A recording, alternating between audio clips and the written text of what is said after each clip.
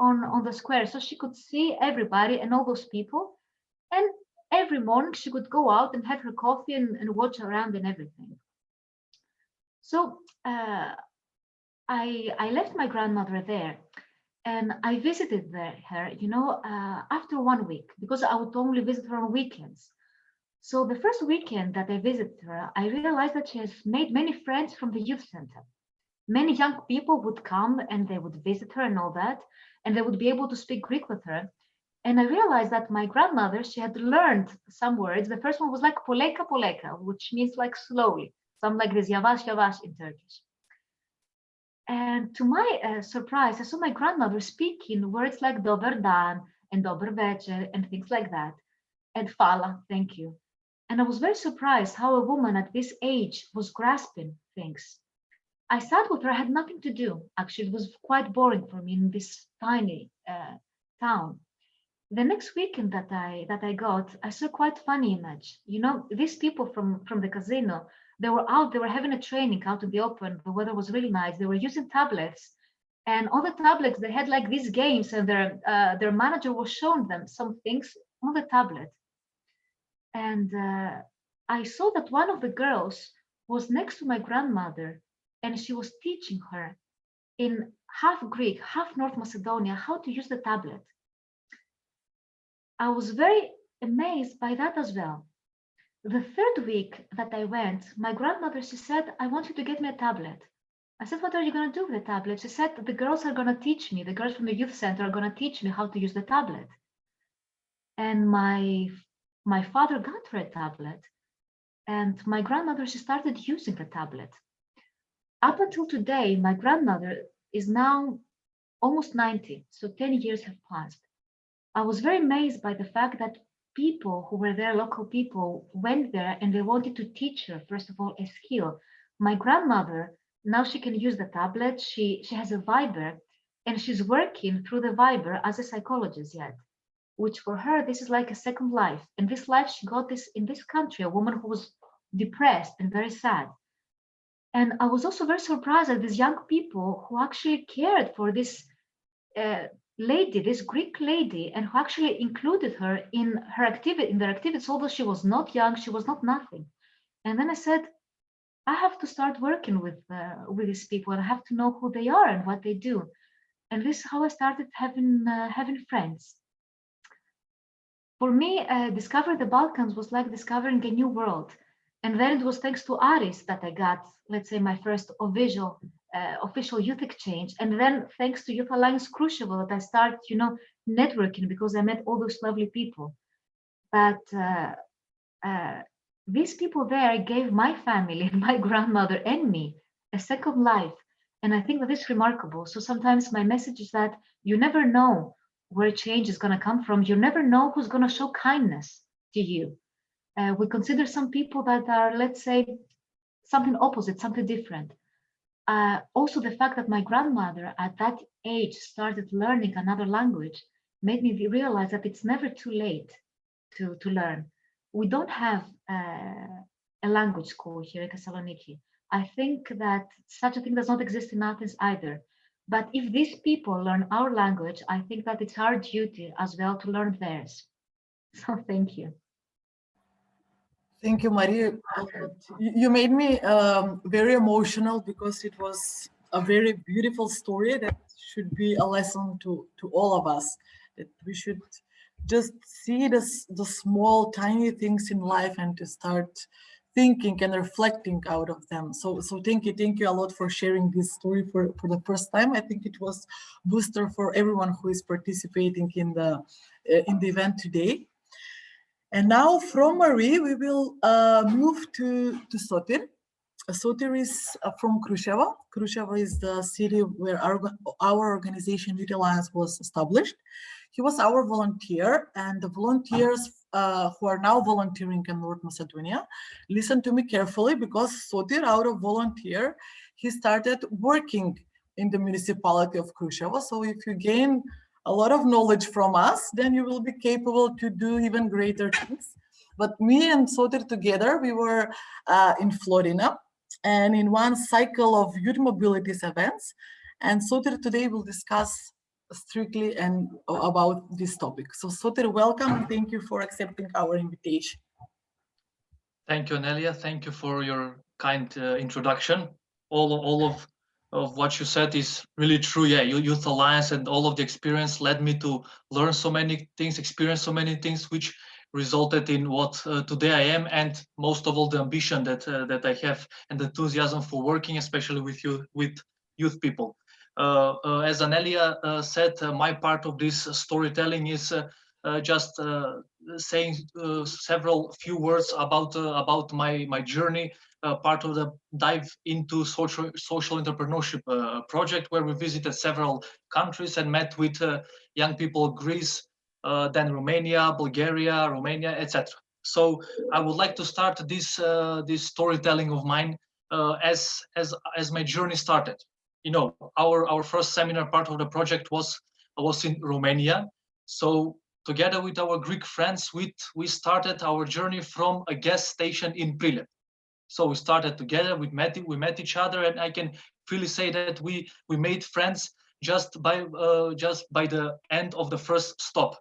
So lately we ended up on a airport in Romania, where we were waiting for our flight for Iași, and we're just started to talk just very spontaneously, moving from one topic to another, just to get ourselves involved in, more or less.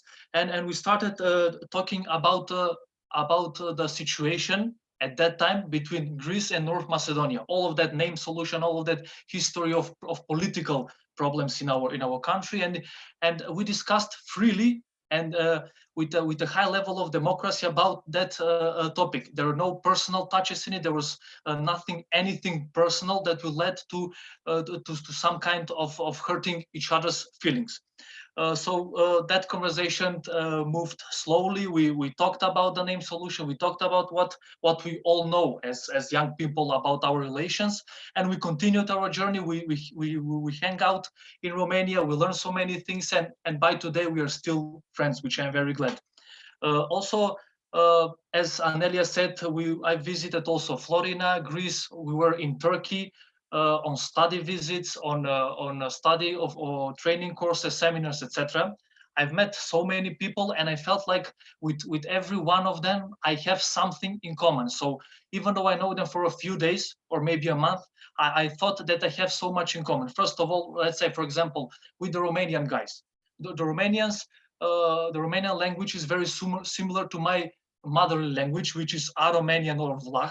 Also, with Bulgarians, with Turkish people, we share so much in common, so much common history, etc. And the same goes for Greece, as I said through the presentation of our conversation with my newly at that time friends. Lastly, I wanted to say something else, and just to finish with one message. This is not. I would like to express some events of the domestic situation in North Macedonia. That is, back in 2001 in North Macedonia, there was a civil conflict. The main opposing sides were Macedonian and Albanians, and those memories are still fresh, even though for young people like us will still remember something from that time. So there were many on the political side of this story. There were many events, many political forces tried to make to revive that civil war or civil conflicts, if I could say it, like between Macedonia and Albania. There were so many dangerous events, but nothing of it came out. Nothing of those how could I say, engineered events. There was anything between Macedonian and Albanians and all other our citizens of North Macedonia. What is my point here? My point is that politicians can do whatever they want. They will continue with their agenda. But I think there is no room and there is no root for hate, for intolerance among us. I think that prior to Prespa agreement, we then had a good relations when regarding young people from North Macedonia and from Greece. So I think nothing can ruin this this relationship that we have, which is more or less natural. I think, as I said in my story about experiencing my story, my events with Greek people. So whatever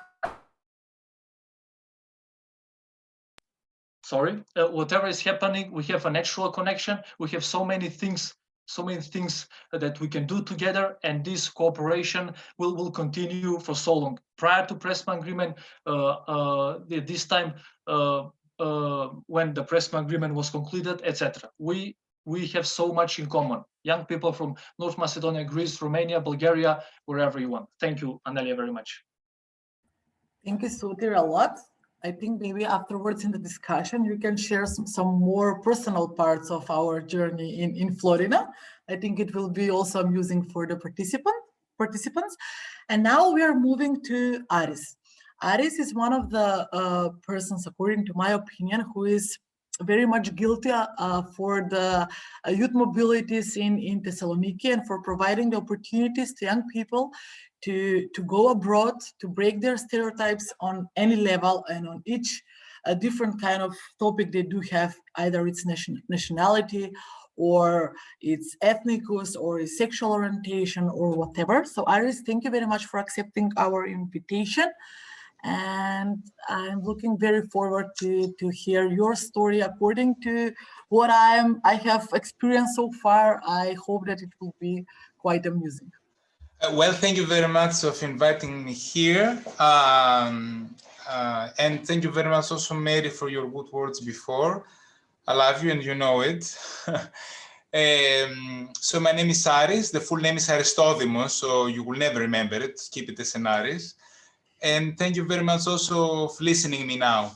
Well, the story, it's like kind of Mary's story, actually, because my roots are a bit peculiar, because my father is Gypsy, is Roma from the part of Turkey, and they came in 1923 during the exchange of the population, since it was based on the religion, and he came to Thessaloniki, to Greece. And my mother, they came from Izmir, but they settled somewhere close to Thessaloniki in the region of Edessa, where my grandmother, they adapt the local language in order to communicate and to interact with the people, which the language we call local or endopia in Greek, and is kind of a dialect of Macedonian, even though in Greece we call it Slavo-Macedonian. So don't get offended. This is not a matter of being offended. It's a matter of making fun of some things, because in this way, where the terms, they're losing the meaning at the end, the negative meaning. When we overuse it, then it loses the negativity from inside. So I remember my grandmother, she was speaking in this dialect when they wanted to gossip with her family, but always they got afraid from other people to listen to them, because it was forbidden. Was forbidden until 70s, 80s. Then later on, no, but it was like they got used of it. So I still remember my grandmother was speaking, and she was like ataka, ataka, or pukne, which means like die in Bulgarian. I don't know if you remember if I say correctly, but because I'm speaking a lot, she was telling to me like pukni. And all tisiudos, not tisiud, tisiudos, Greek way. Like she was make like in a Greek style. Later, when I grow, I wanted to learn the language of my grandmother, why she speaks like in this way. And I tried to find how to learn, let's say, Macedonian. But it was impossible to find something like in Greece, you understand? That's why I went to learn Serbian language. And I've been 2 times with scholarship to Belgrade with the Balkan Studies department of the University of Macedonia. I studied another thing, but I was so in favor of the Balkan studies. So I follow, and I have 17 courses that I got from your department, even though I didn't graduate. But your professors always, they consider me as their own student. So I went 2 times with scholarship to Belgrade to learn the language, but I've never attended any course, because I was drunk somewhere in kafanas and turbo folk places next to the Dunav River. So only if I become drunk again, I can understand Serbian, I can communicate very well. In any case, one of my first time I visit, I passed through, was at the very beginning of 2000. So it was not even 10 years when the country independed from the Yugoslavia. It was a few years after the embargo from the Greek state. So the things, they were very poor. Around of me, it was like a desert, in the meaning of that there was many poor people. And I was like amazed how is possible the Greeks to have this attitude to those people who are really, they have nothing to, to fight. I mean, understand, we have more, they had our need and not this behavior from us. And I like very much because of their hospitality. Skopje was a very beautiful city. Now it turned to be like Las Vegas. But at that moment, the beginning of 2000, was very beautiful Balkan aroma. I mean, the square next by the river and the bridges, and it was so beautiful and so cheap. With these cocktails with €2, it was amazing. I love it so much. Yes, and the big sandwich, amazing, very nice. Love you, support you. But later, and when I started working with youth programs, my commitment was to send people to Balkans. That's why in 2008 I established the United Societies of Balkans, which is an organization dealing with intercultural dialogue with Balkan countries and mobility programs in Europe, not only Balkans. But and we're bringing people, and we try to force them somehow to go to explore the Balkan Peninsula. So with these all European programs, I've traveled a lot to the whole country. One of my first projects was in Yevgel, of course, next to the border, not to be very far. Again, it was 2004. Amazed from the hospitality of the people, of the fact that we don't speak at all about the things that divide us, only the things that unite us, and especially that was happening after we had the 3-4 shots of rakia. Always when I had with me participants, I was trying to amuse them, to let them understand that it's not important thing to discuss about the political things. Let's find some more common things that make us to feel like together and not to divide us. Then I've been a lot to Kumanovo, where I was cooperating with another organization. And in generally, we try to keep this communication, this contact with the two countries. Although I have to say that there were not many Greeks who wanted to go to visit Macedonia, North Macedonia. Not because they hate it, just because they don't know how beautiful it is as a country. In their mind, it's like they have to go to Italy, let's go to Spain, whatever. They don't appreciate so much the beauties that they're next to them, which cost very less than to go to Italy. I don't know why I have to be jealous to go to Rome and not to go, for example, let's say to Ohrid Lake, which is very beautiful. So by having some people in Greece, I find out that there were many people that they were never travel abroad and from North Macedonia, and they had many stereotypes. So it was very difficult also to pass the message of the unity and not take it, in a serious way and so on. And I had some examples of people who, by the end of the project, they approached me, they start crying by saying that, excuse me, of what I had as an image for Greece before. Now I understand that what was my stereotype, it's not exist anymore. Or there were people who they were afraid to say where they're coming from, but day after the day they understood that there is no problem to say where are you coming from. The Greeks, they're not so taken seriously. Because people from the North Macedonia, they say that they're coming from North Macedonia. It's not like Serbians when they say that they're from Belgrade. Or Douglas is Belgrade, not от Serbia, but Belgrade. I mean, it's another thing. Yeah. The things now, they're getting better. I don't understand why in 2021 we're still speaking about this. I don't feel that we have this problem anymore, especially the young people. I passed through a period that it was very difficult, and I faced many people who were wanted to burn some flags from my office inside because I had the Macedonian flag behind my office, but they want to burn it. Or they want to break a pot I had from Albania with an eagle of Albania. They want to break it and give me €50. Can I break this one and pay you for that? Now the people, they're not thinking like this anymore. And there are quite many options and possibilities to exchange and to cooperate. Half of North Macedonia is in Greece during summer. Half of North Macedonia, they study in Thessaloniki colleges and universities. They're having all of the business. They have offices in Thessaloniki. The Greeks, they're going then to Georgia to fix their teeth or to have a house over there by having the retirement. They go over there. Florina and Kastoria, they go to Bitola. Half of Bitola is Greek. I mean, the stores, the place, the food, and everything. So I don't feel that in 2001 we need to stay and to speak about it. I think that the economy and the young generation has fixed in a big percent what it was broken like the previous decades. Do I say something good or not? Come on, people, laugh at least. Who has a dog? Joanna, you have a cute dog over there. Oh, hi, dog. Yeah, I have a sheep, if you want. Look. Yeah, you can join your dog if you want, you can play.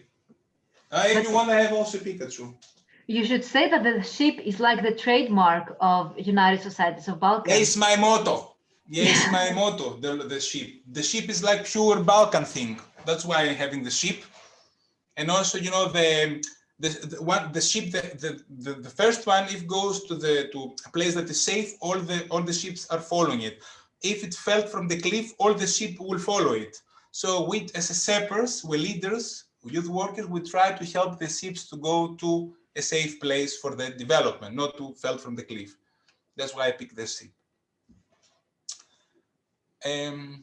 Questions, if you want. It was, as I supposed, it was quite amusing and funny. Thank you very much. And before I finish to smoke, because you said that it's like non-formal. Yes, it is. It's like that you are allowed to smoke. And I have to say that I started smoking in 2000 something when we had a training for peace education with all Yugoslavia countries. And if you, and this is my notice to all of the people who are working with Balkans, if you need to pick some partners, don't pick more than 2 or 3 partners from ex-Yugoslavia. It's gonna turn Tito's grant. Yeah, so it was like all of them speaking Serbian and making the same jokes, all of them, whatever.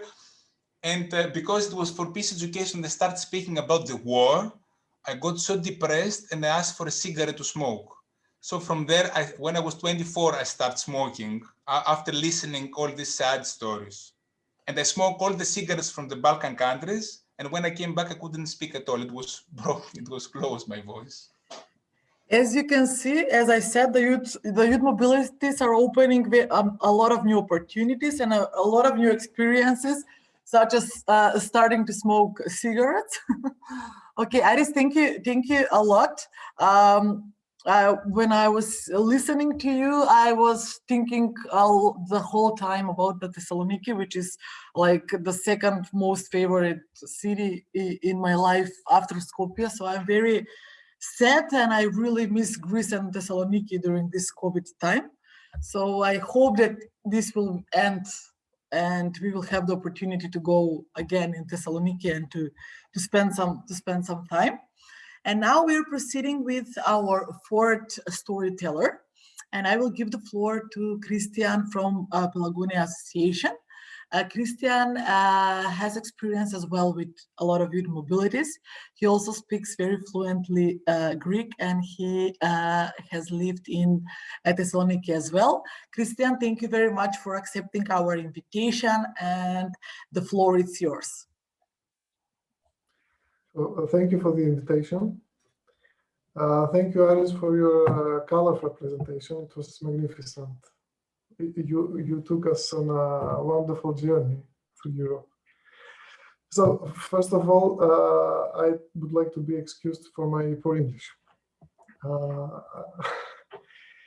So, since this is a storytelling evening, let me start with a story. I will not speak a lot today about Pelagonia. I will leave it for the end, although it's very important because most of the people don't know about Pelagonia Association. But let me start with my story, with a personal story that goes through some interesting times and through the last 4 decades of our lives. Most of you probably were not even born. So when was my first contact with Greece? It was, well, I'll say as an ordinary person during my first holiday with my parents in 1984. And in 1988, I like years, 88, 89, I started learning Greek in an organized manner by my parents' friends, by some of my parents' friends who were teachers in Alexandria, in Matthias. But that lasted only for about 2 or 3 summers, and then came some difficult times for us. I will not mention that. During the early 90s, 92 to 95. I will go to 2002, some good period, nice period, when I started studying Greece. So I studied in Greece, in Thessaloniki, and I will give you some examples about connected with the decision to study in Greece. So back then, I was 18 years old. In 2002, I wanted to study linguistics and was looking for the best university near home to do it. So the best among the Balkan universities for this science was the department in Thessaloniki, the philosophy school of Aristotelio Panepistimiou Thessaloniki. And for those who are not familiar with this subject, with this science, in order to study linguistics, one must study what is known as Greek philology. So you need to study everything that has to do with the Greek language through the last 4 millennia. So in 2002, with all the obstacles possible that could emerging, I finally started studying there in Thessaloniki. I would like to say a few things about the obstacles. Back then, it was very difficult to prepare all the documents needed as a graduate of foreign origin of non-EU lyceums for the admission to higher education in Greece. And while being a citizen of then Fyrom, it was too expensive and almost impossible. There were students that studied in Greece as with scholarships awarded by various institutions, but on private expense, it was almost impossible. So I did it somehow with with big amounts spent by my parents.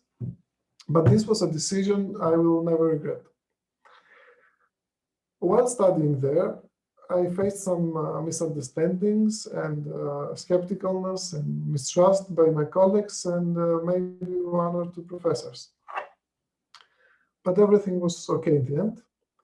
And I want to believe that everything was okay in the end because of investing in making friends through understanding and explaining. Sometimes it's good to explain yourself, not always, of course. So here, the things that divided me with my colleagues and professors, stood useful. It had to do with what Eleni mentioned, the stereotypes. Stereotypes and lack of knowledge about the others, about what is known in anthropology as the others, the people that are on the other side, that we usually do not know, we're not familiar with them.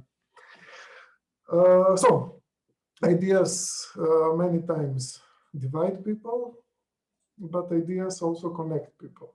So talking about ideas can also bring people together. What is this project and this evening doing?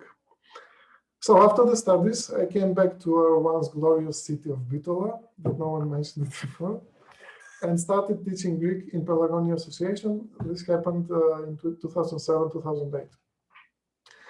So only one sentence about Pelagonia Association. Pelagonia Association is an association that exists since 1998, and it's an organization that works in the field of cooperation and understanding with Greece. That was the initial theme of our organization.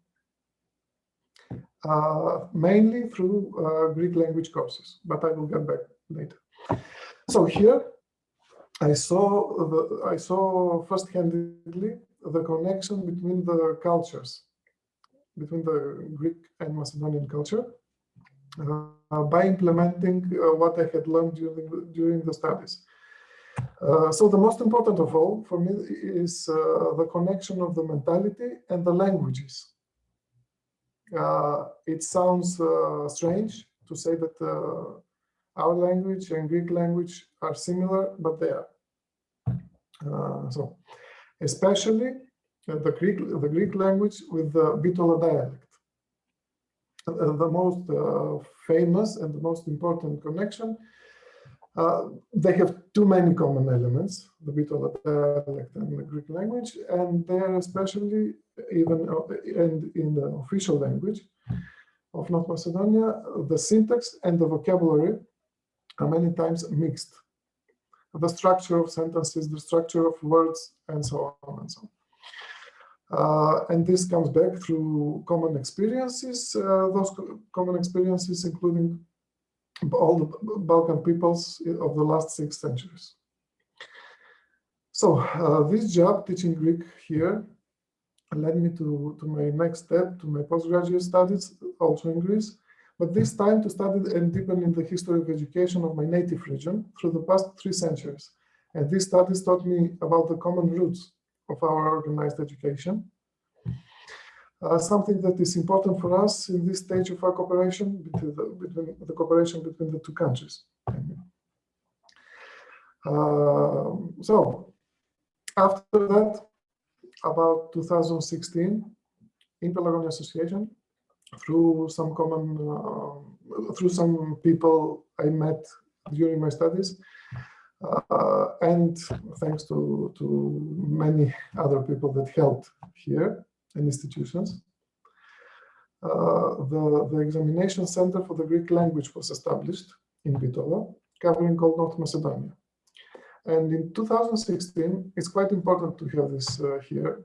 Why? Because one interested in working or studying in Greece can not only attend a Greek language course, but also to gain the certificate for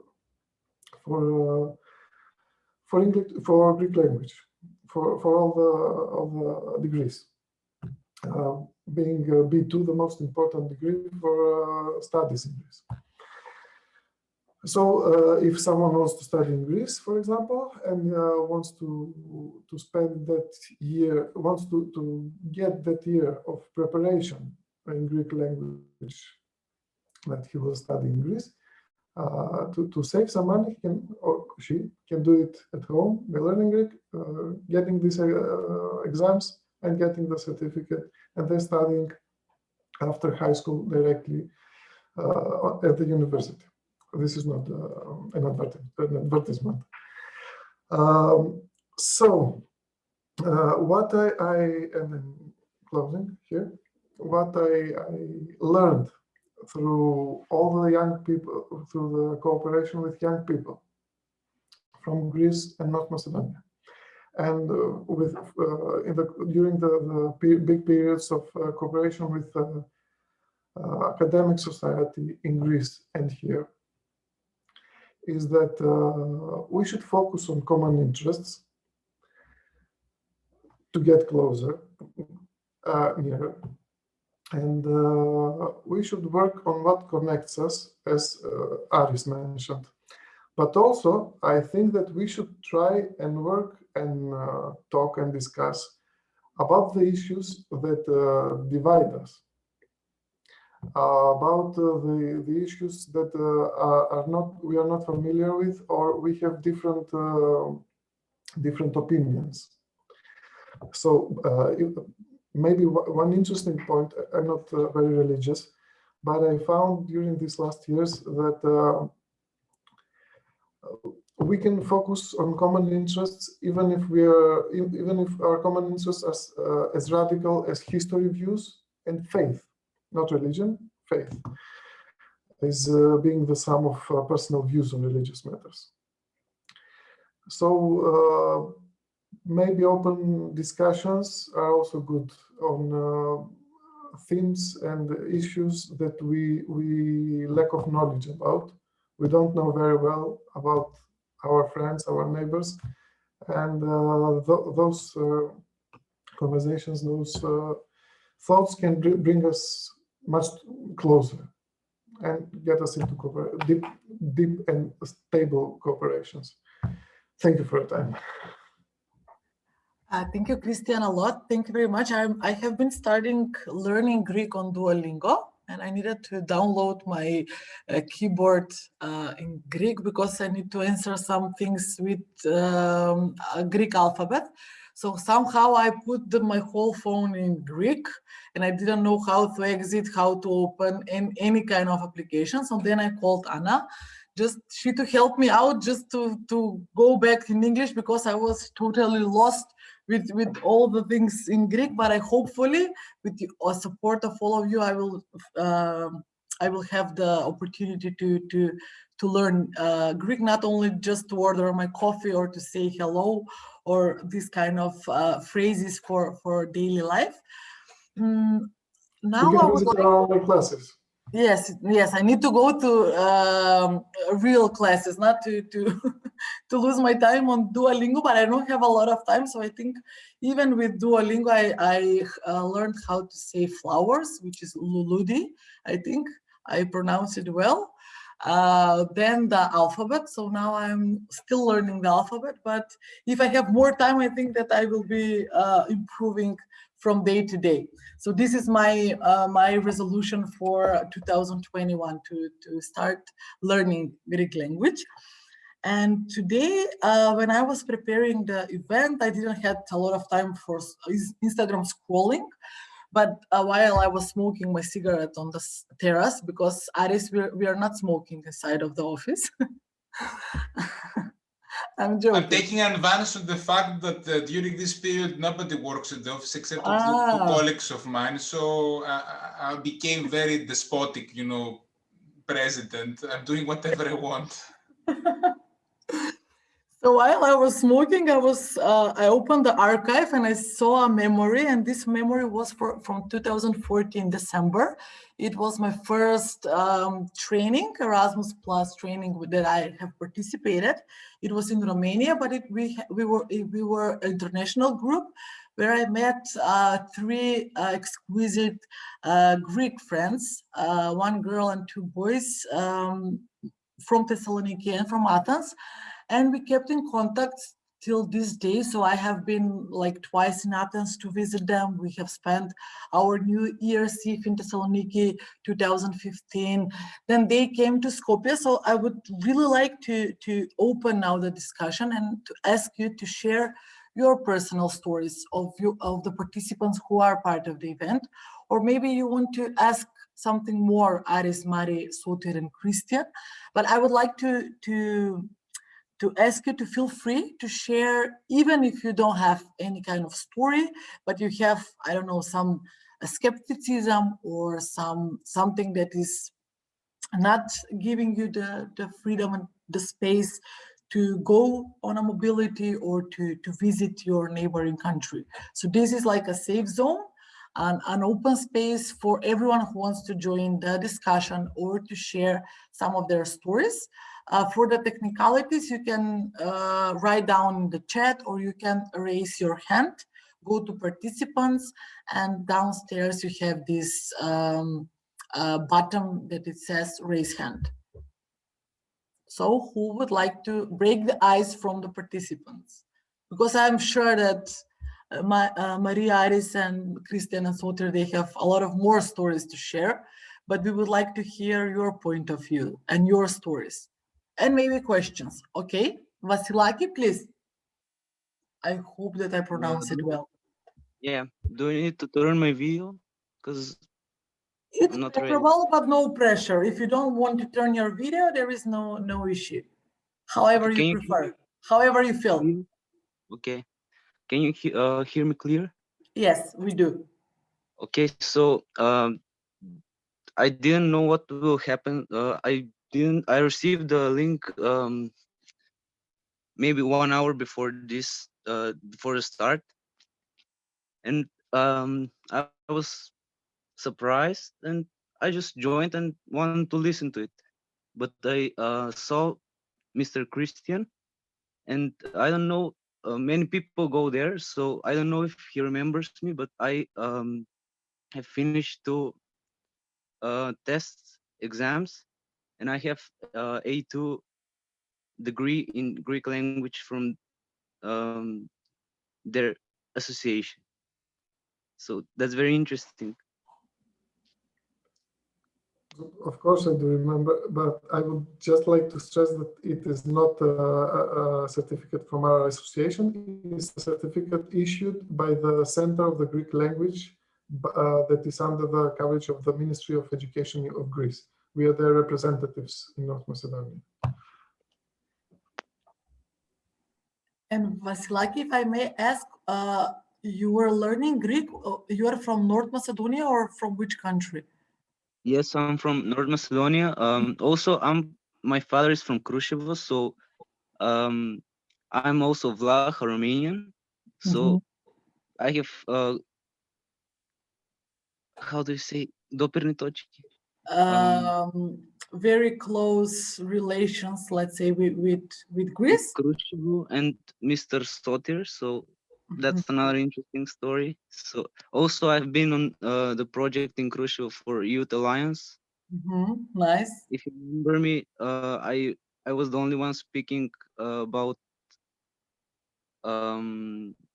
mentors from there. Yes, nice. Thank you. Thank you for joining.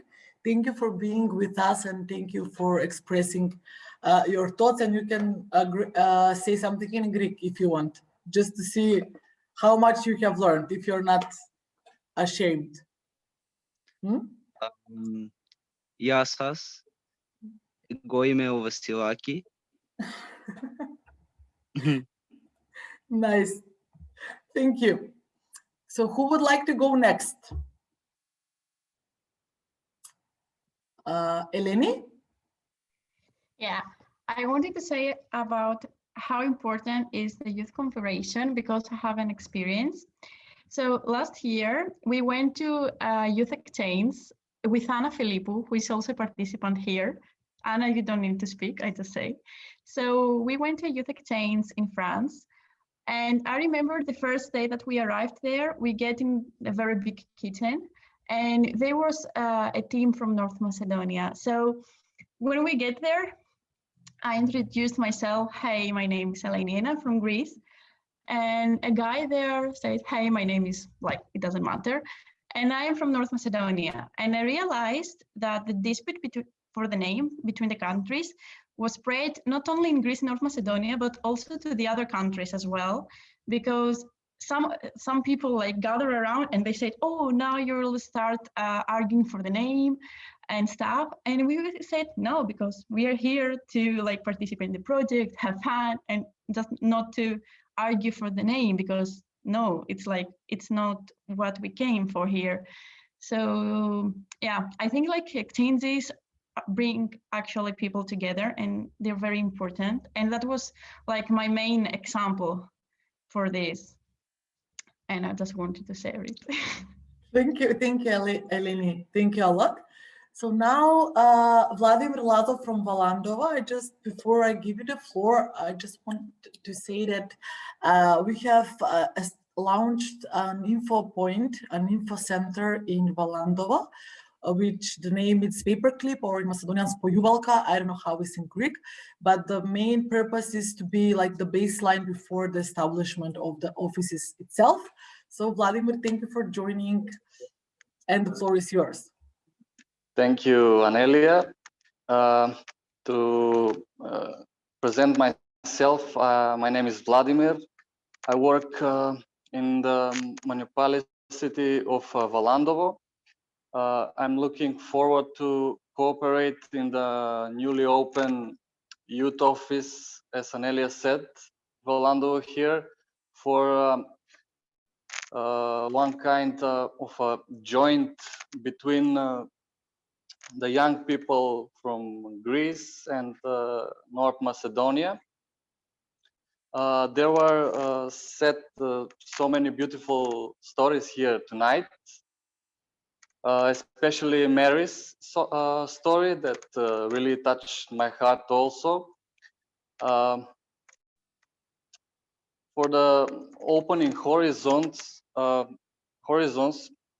Not only the young people can open it, but there are so many examples on daily basis that every day some kind of horizon is open between our countries. For example, a few years ago, I worked in a trucks and bus service garage in Evgelia, city near the Evzoni border.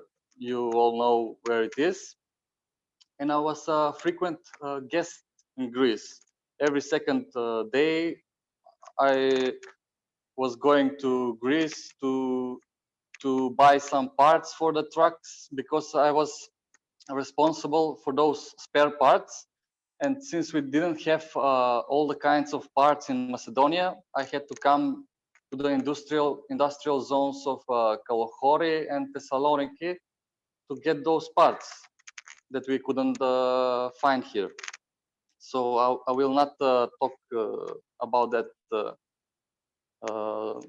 much tonight.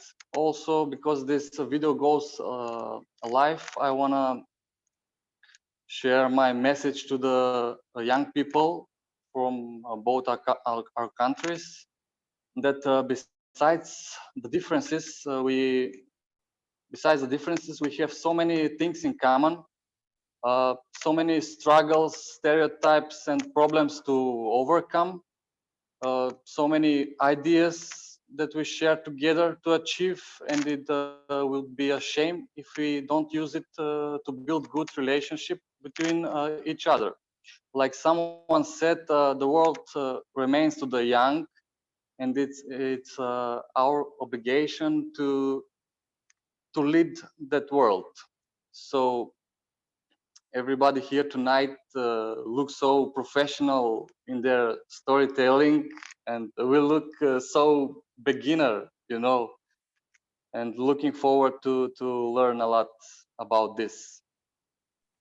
Thank you. Vladimir, thank you very much. And I'm promising to everyone that after the pandemic is done, if there is an end, because I start losing my hope that there will be end of the pandemic, that we will have the opportunity to meet up in person and to share our stories and to create and shape our own stories. And then, I don't know, in 10 years of now, we can share with other young people. So Yeah. who wants to go next? I can share some things. Please. Can you hear me well? Yes, we do, Okay. but we don't see you. Oh, you don't see me?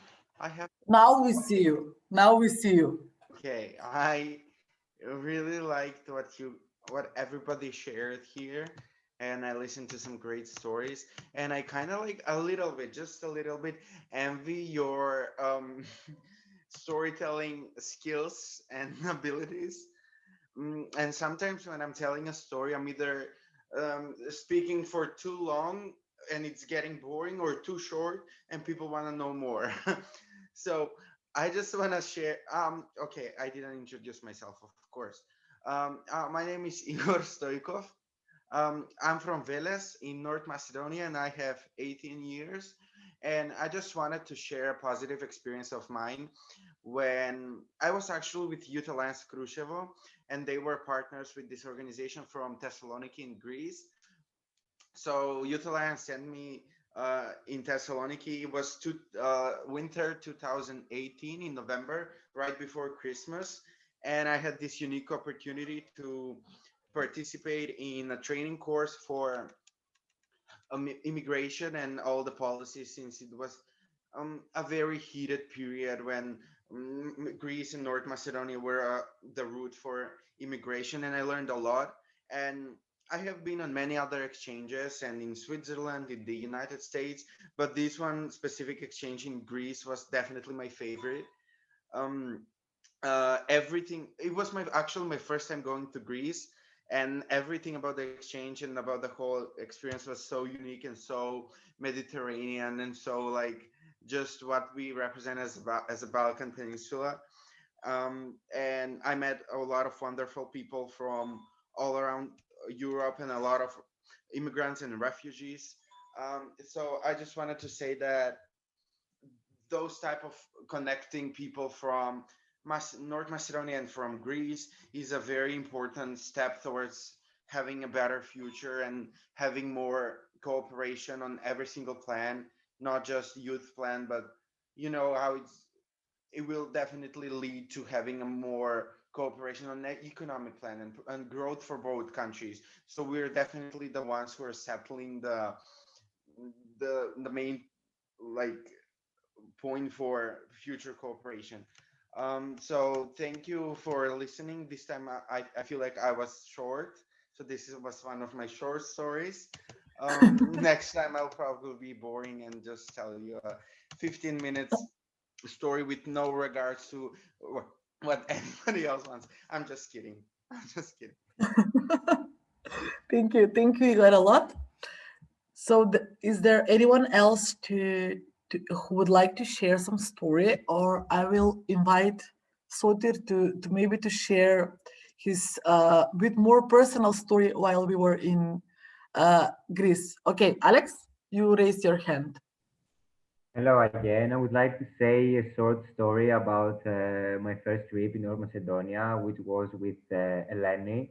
It was like, I think, last year in September, right, Eleni? We went to North Macedonia for a research program, and I was like a little bit intimidated about where I'm going now. It's my first time that I'm going to the Balkans, etc. And I think that at the first moment that I was like in Skopje, and we were staying in a hostel over there, I was with a guy that he was working in this hostel, and we were just drinking a beer, and he told, and I asked him, what are your plans for the future? And he told me that I just want to be free, and I just want to fix all the problems in my country, and I support the human rights, etc. And that was the moment that I realized that there are no differences between the young people in the countries, and that in Greece there are many stereotypes that we think that the people in the Balkans are not thinking of the way that the Europeans are thinking. And this is a huge stereotype that unfortunately many Greeks have.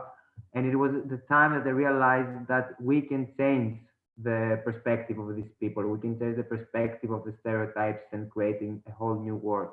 So all the stories I listened today, they were amazing, and I got a little bit emotional.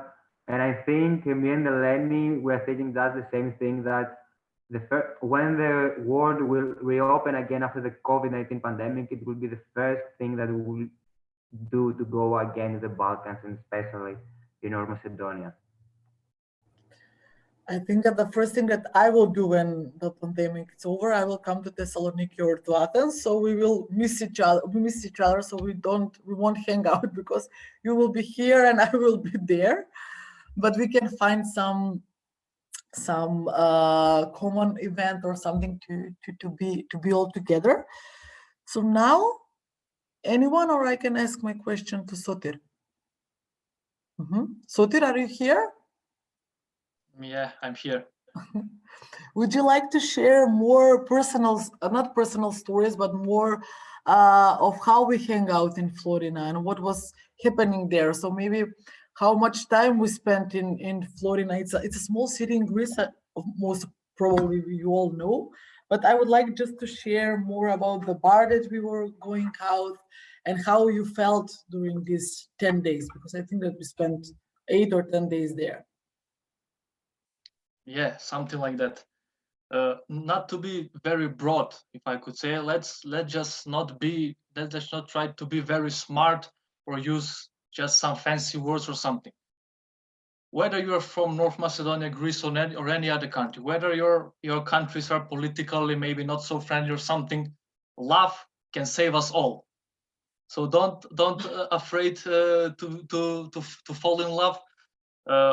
Christian is here. We know each other from quite some time. We were in Greece when I was, I don't know, 6th or 7th grade, and I think I have so many love stories of Greece and Greek girls. So I don't think that we could say much more from there. I try to analyze, to share something else which is more close to the rational part. Let's go to the emotional part and say that love can save us all, and love can make our lives so good.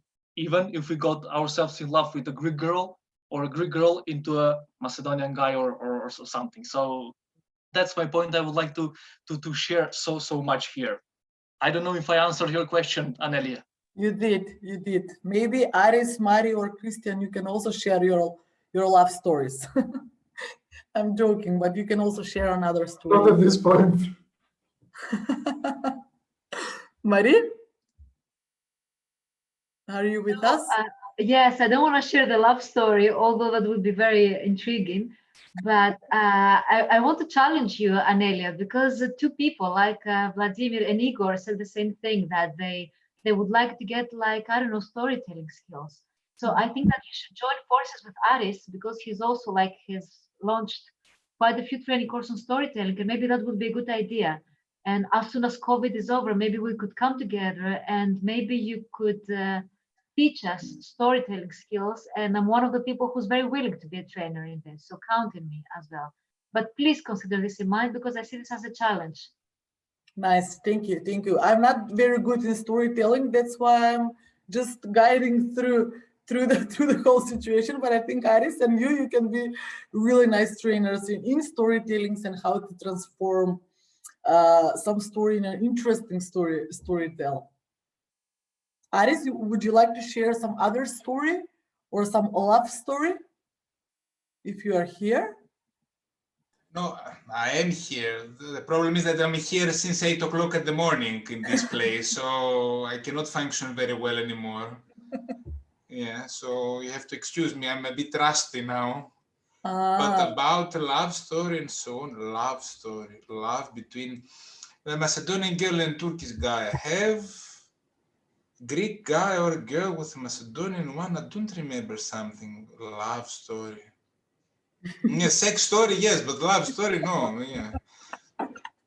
No, sex a lot. No, they used to. Now in the new modern mobility projects, they're becoming, most of them, families, brother and sister. But in the past, people, they were having sex. Now, not so much.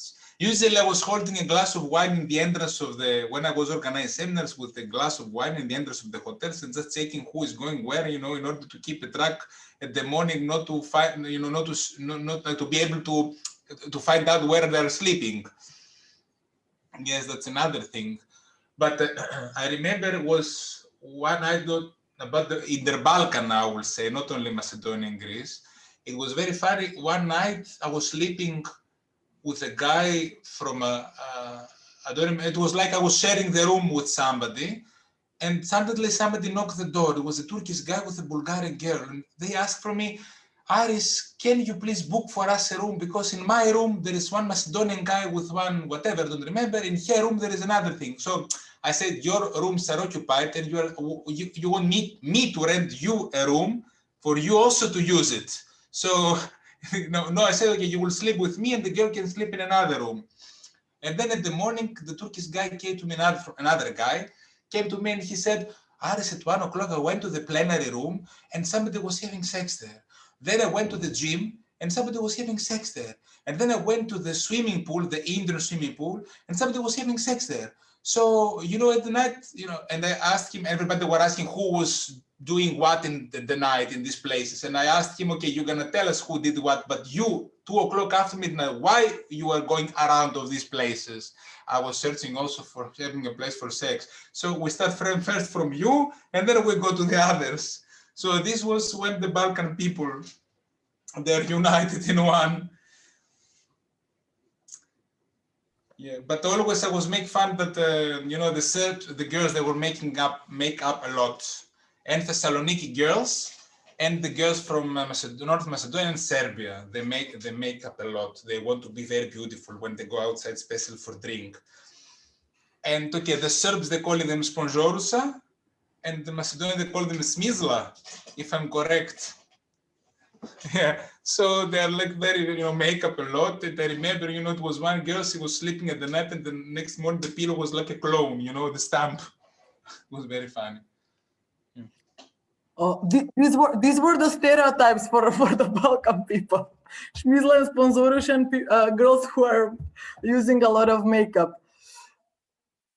So you can also share your thoughts or your stereotypes for the neighboring countries. I just want to see that you're alive and that you're listening to us. Me personally, I listen to totally all of you. Yes, of course I'm following. No, I know for you. I'm talking about the rest of the group. For you, I'm totally aware. Maybe you can share something about the food. What do you think that it's connecting Macedonia, North Macedonia and Greece in terms of food or in terms of music?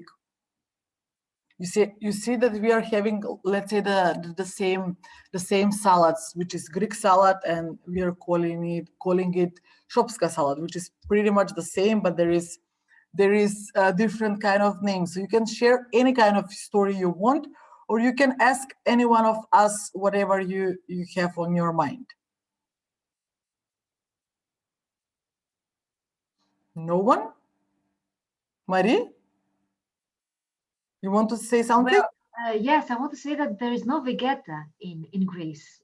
They sell something which is like similar to vegeta, like a knorr, but vegeta. But I think that the vegeta is the real thing. And although I think that vegeta is Croatian, I don't think that it's neither North Macedonian nor Serbian or whatever. I think it's Croatian.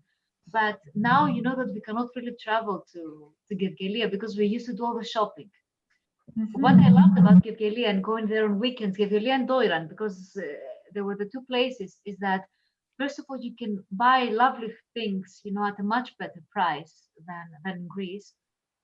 Also, the weird thing is that you can listen to all these Greek artists, which are so expensive here in Greece. You can listen to them there at a much better price and sometimes for free as part of parties, of events, and all that.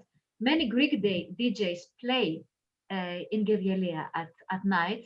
And also, I remember I had done the maths because I used to go there. I have my hairdresser there. Yeah, I have everything. The beautician, the hairdresser. I mean, now you see that I'm here in Greece. You see this and this. You see the difference between the two. This is curly. This is straight. This is what I can do by myself. But when I was in Gevgelia, I was like kukla. I was like really looking good. But I remember I did the maths once, and you know, if you go to Gevgelia to fix your hair and to get waxed and to get like a beauty, let's say spa treatment and everything, still is much cheaper. It also, you can make the money that you give, let's say, which is like 20 euros to come and go. You earn the money back, you get it back, and you also have money left. So it was much more convenient to go there. And I really miss that, and I really miss many of my friends there who have actually been listening to me and my stories and my life for the last 10 years. Thank you. Anna, you wanted to share something. You were waving? Yes, I waved a little bit, but then I gave the floor to Mary because she's a much better storyteller than I am. So, well, I have not any specific experience regarding food or any specific experience regarding sex, maybe in the future, but I don't know yet. So I just wanted to share something that happened to me in September 2018, I think. I was in the Netherlands back then. And I did my master. So one night I was in a pub crawl with some friends, and we were inside, you know, talking a lot. And for some reason, well, I went out to smoke, and for some reason, a guy stopped me and he said, "Are you Greek?" And I said, "Yes, I am. Are you?" And he said, "No, but I recognized your accent." So I asked him where he's from, and he said that, well, I am from North Macedonia, the so-called right now, because it was just right after the Prespa agreement at that time. So I said, "Oh, okay, it's the first time I ever meet anyone from this country." And he said to me that, "Okay, and do you hate me right now?" And it was okay, no, this escalated quickly, and I don't hate you, I don't know you actually. And he told me that because I really love Greece, and I spent almost every summer in Greece. I've been in Chalkidiki all my life. Like every time it's how to say, every time I feel free to go, I can go, and I have friends there, and I eat a lot of food there, and I know many Greek words. And I told him that, okay, say some words to me, and he said Kalimera, Kalispera, and Oriste Lukumades, which is like here donuts, you know, that people in the beach call a lot in Chalkidiki, or I mean in many beaches in Greece. So I found him really funny, actually, and we still have contact with each other. And it's all about this prejudice that Eleni said in the beginning, because I come from the southern part of Greece, and we didn't even hear about North Macedonia. We didn't know anything about this country. I used to ask my teacher at school when we would see, the map. We would see, for example, Albania and Bulgaria, but every time we would ask about these initials, what does this mean? They were like, okay, let's keep it for another time, this one. So I never knew anything about that. And I feel really blessed that now I'm given the chance, to meet people that are from a neighbor country, and we try to participate in the whole cultural and and educational sometimes events, and I'm involved in something like this anyway. So I have to thank you, Thalaïos, for that, and I also have to thank my partners right now from Greece, Eleni and Alexandros as well. I feel very blessed about that. That's all. Thank you, Anna. I'm enjoying working with you. Since we started in June, we never stopped. So I think it will remain like this. So if there is no one who would like to share some story or to ask some question, I will ask the speakers that storytellers, sorry, not speakers. I'm very used to the traditional Zoom, boring seminars and events, and that's why I'm saying speakers. So some of the storytellers would like to have some closing remark, or Eleni or Alex, and then we will slowly close the cozy gathering, because I think if we proceed, it will go like a normal Zoom event. So Christian, please. So, thank you.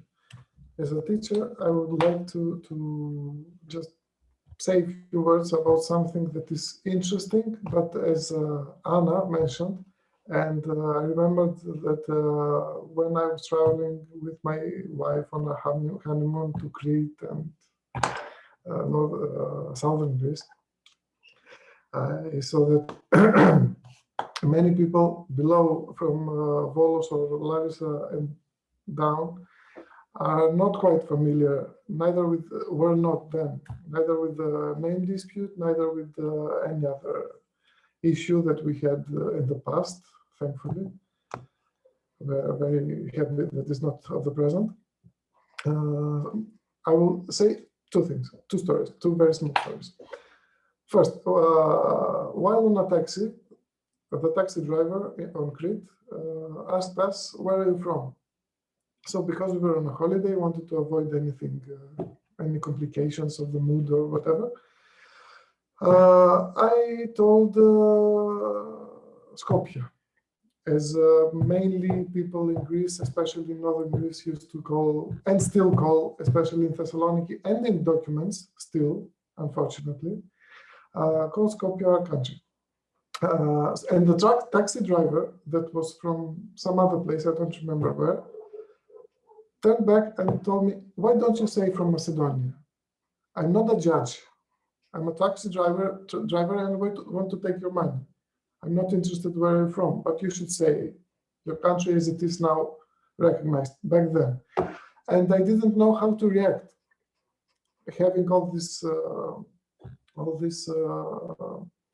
experiences during my university days. That's one thing. One example. Another example is during my postgraduate studies in Florida this time, 2013 to 2016. I don't know how many of you know about Florina, about the history of Florina, but it is as it is now. The streets and the buildings and everything, as I've been told by friends in Florina, it is made to look like Bitola. Why? Because many people in 1912, when the Ottoman Empire collapsed, many people from Bitola, mainly Greek inhabitants that used to live in the Ottoman Empire in Bitola, that was a very big center in the empire, decided that they wanted to live no more in Bitola, but to go to Greece. And many families went to live in Greece, and that's why Bitola and Florina have so many relatives between themselves. And so these people that went to live in Florina tried to resemble their hometown in the new place, because Florina was very small. Because Florina was very small and less important place, town or village back in the days, in the 19th century, and Bitola was quite important for them in their view. Even today, people, the descendants of the descendants, no, I think I got it wrong. The new generations of these families are seen as families with blue blood, because they came from this important place, and they are mainly the factors, still the factors in Florina. So still even today, I see that between Florina, in Bitola, we don't think about Florina so much. For us, it's mainly the shops, Lidl maybe, the coffee shops that are interesting in Florina, the pubs, the two pubs that are quite good. So there is a sense of the common past during the Ottoman Empire, during all these past centuries, and a very big sense about the common values and the connections between the two towns today. Just a remark, that was all. Thank you. Thank you, Christian, a lot. It's also, to me, Florina, it's very, very similar to Bitola when I visited Florina for the first time 2-3 years ago. So if there is no other remark. Anelia? Yes, please. Just shortly. Of course. As one of the speakers, I will just say this. Storytellers, sorry. Okay, storyteller. Just this finishing touch, if I could say it like that.